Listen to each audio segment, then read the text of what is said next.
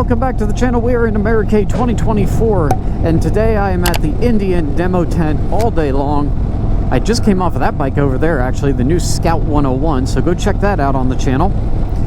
But we are on the Indian Chieftain today, the Chieftain Dark Horse. I'm going to pop that windshield up. We have the Shorty windshield installed on here. This was the windshield I had on mine when I first got mine. It's great for around town, not so much on the highway, but it will help with the audio for the video.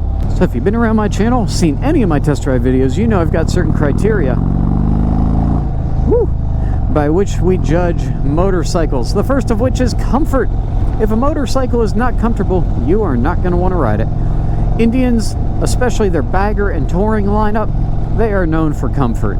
So, out of the gate, let's talk about comfort and break it into two components: the riding position and the seat. The riding position, handlebars have a nice pullback. My arms are not straight out, they're kind of relaxed here. Very, very comfortable. I'm sitting upright. We've got big, comfy floorboards. My feet are not even hanging over the edges like they do on some of the Harleys or the smaller Indians. The touring lineup gives you huge floorboards, nice and comfy. Got room to put your feet at different angles. And then as far as the seat goes, we've got, I believe, just the standard Scout Rogue seat on here. It's a 2-up seat. They make better seats from Indian. They've got a heated seat and then a heated and cooled seat, which I tried earlier, and it does work. It will really actually cool your butt down. You don't sweat. It's really nice. So the Scout Rogue seat is kind of their standard. It's okay. I would personally put a saddleman on it, just like I did to my Chieftain, but it will certainly do until you get around to putting a better seat on it. It's not uncomfortable. It's just not the best seat in the world. Overall, for comfort, with a point being docked, because the seat, we give it 9 out of 10. It's that comfortable, and it's just a wonderful bike to sit on. You don't feel strained in any way. You feel relaxed. It's like cruising in a lazy boy.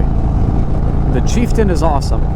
Now, moving from comfort into power and performance, we have the Thunderstroke 116 engine in here, producing 126 foot-pounds of torque.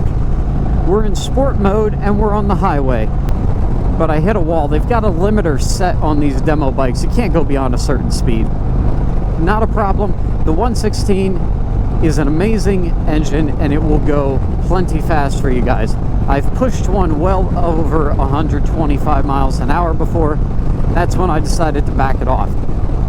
So regardless of where the limiters are for the demo ride, I know they will do at least 125. Unless you're racing it on the track, I don't think you're going to need much more than that. The torque of these machines is where they shine. The acceleration is incredible, and it's so much fun to just rip on the back roads with these things. The low-end torque is absolutely outstanding on the Thunderstroke engines.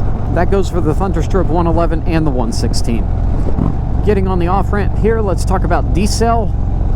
Engine braking, very smooth. And we're in sport. If you kick this thing down into standard or tour,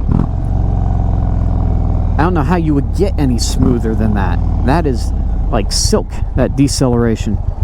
That guy's turning, we'll go. Power, 10 out of 10.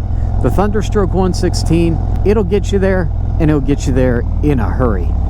We're gonna pull over here and give you guys a walk around and a complete overview of the Indian Chieftain Dark Horse. I cannot find a kickstand today. There we go.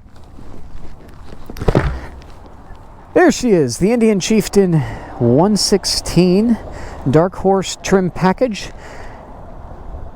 Got a little bit of a blue line paint job up there. That's new. I didn't know that was an option. We've got this metallic, like a blue metallic flake in this paint. I hope you guys can see that in the video. Never seen this paint job before. Maybe that's new this year. Maybe it's a custom, new custom paint job. I just haven't seen that in their lineup before. Not my thing, not my color, but it is kind of pretty. Dual floating disc brakes up front. Oil cooler. Because it's a 116, we also have rear cylinder deactivation, so when you come to a stop, it'll deactivate the rear cylinder. That saves you on fuel economy and helps keep the engine a little cooler in stop and go situations. We've got blacked out exhaust because of the Dark Horse trim package, Indian badging on the tank instead of just a simple decal.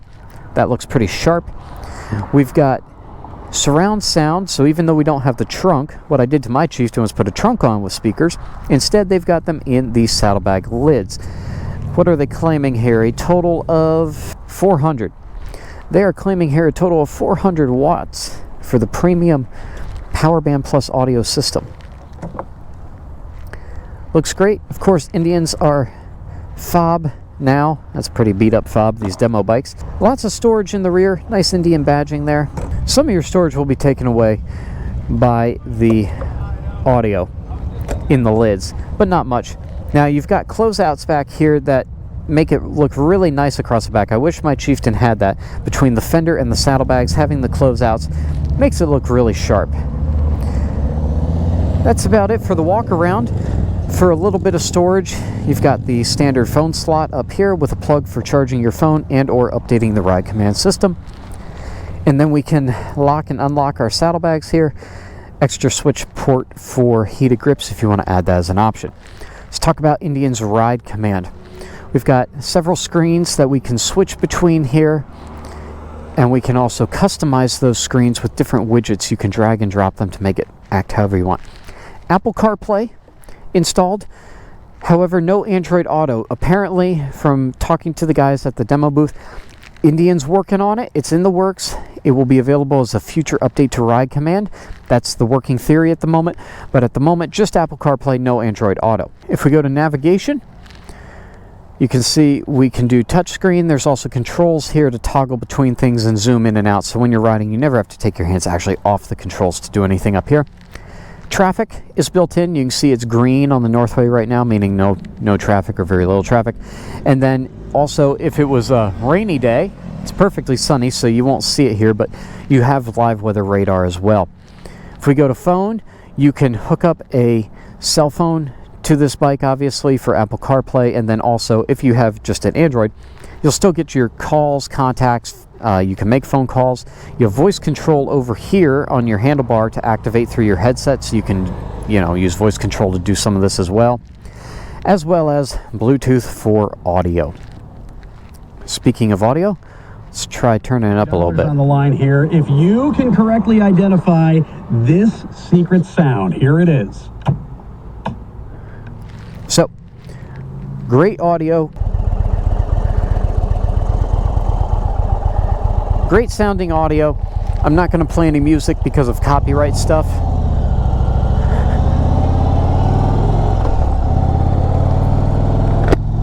But I'll tell you what, the audio on Indians is superb, especially with the new Power Band audio. Their Power Band is insane.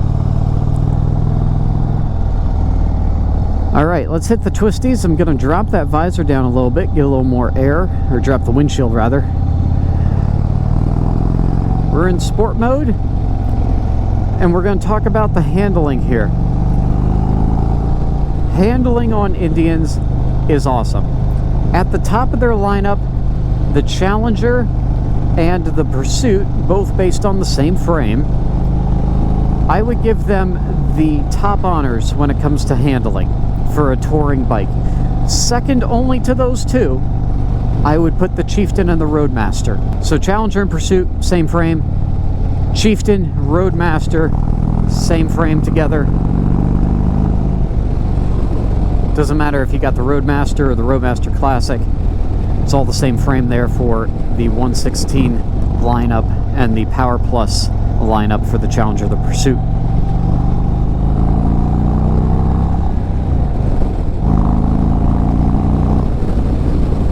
The handling of the Chieftains and the Roadmasters, absolutely spectacular. I'm very good with the handling on these, so, coming to a Chieftain as someone who owns a Chieftain, I understand the handling of this right away. It feels like being at home. Chieftain handling, it's excellent for a large touring bike, for a bagger, depending on how you kit it out. And that's the great thing about the Chieftain. You can take it from a bagger to a touring machine and back just by hooking and unhooking the quick release trunk. That's an option from Indian. There's so many great aftermarket parts available for the Chieftain setup. It's really awesome. Handling, I'm going to give it a 9 out of 10. Let's talk about the style. I am not a fan of the style of the new Chieftain. If you guys want to see what I'm talking about with my Chieftain, I have a 2018. They had a headlamp with 2 running light setup. It was a 3-light setup in the front, and it was based on the 50s and 60s Streamliner freight trains. That's what the designers went for. And then a couple years ago, Indian got this idea of redesigning it and making it look like a Harley Street Glide. At least that's what I think they were trying to copy, with the single light up front. And it just doesn't look that great, in my opinion. Like, why try to copy Harley? Indian should be different. We are different. We have more history and heritage. We were the first American motorcycle. We were ahead of Harley. And the rivalry and history between Harley and Indian is awesome. And honestly, that competition breeds innovation, and it helps each brand get better. Indian does something new and cool, Harley tries to top it. Harley does something new and cool, Indian tries to top it. So that's how we get better stuff. It's competition. It's a free market. I get that. But don't try to make the front look like a Harley. I don't know. Anyway, that's just my opinion. Personal preference, styling, it's going to be different for everybody. But my personal opinion is the older Chieftains looked better. Just my personal preference there.